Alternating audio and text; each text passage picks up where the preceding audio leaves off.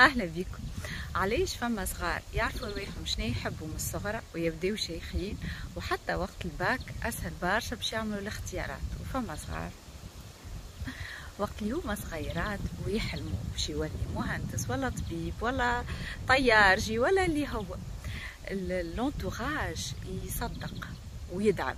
تلقاهم حتى الكادوات اللي يجيوهم ولا حتى التجارب اللي باش يخوضوها في الحياه ديما يعاودوا يحكيوا على حكايه هذيك، حتى في دبش مريول ولا حاجه ديما ينزلوا ويعاودوا ياكدوا على الحكايه هذيك، ويخلي الصغير عنده الرغبه وعنده الموتيفاسيون وعنده الطاقه باش يخدم ويحقق الاحلام نتاعو.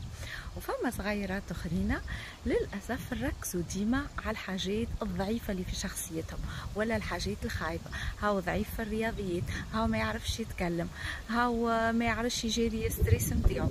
كل ما انت تركز على الحاجات الباهيه تخلي صغيرك عنده ثقه في روحه ويحب يخدم ويحب يحقق احلامه ويشوف في روحه حاجه كبيره، وكل ما تركز في الحوايج الخايبه تخليه ضعيف وهش وشخصيته مهتزه. وانت لك الاختيار. ديما نذكر في روحي ونذكر فيكم شراها الكل.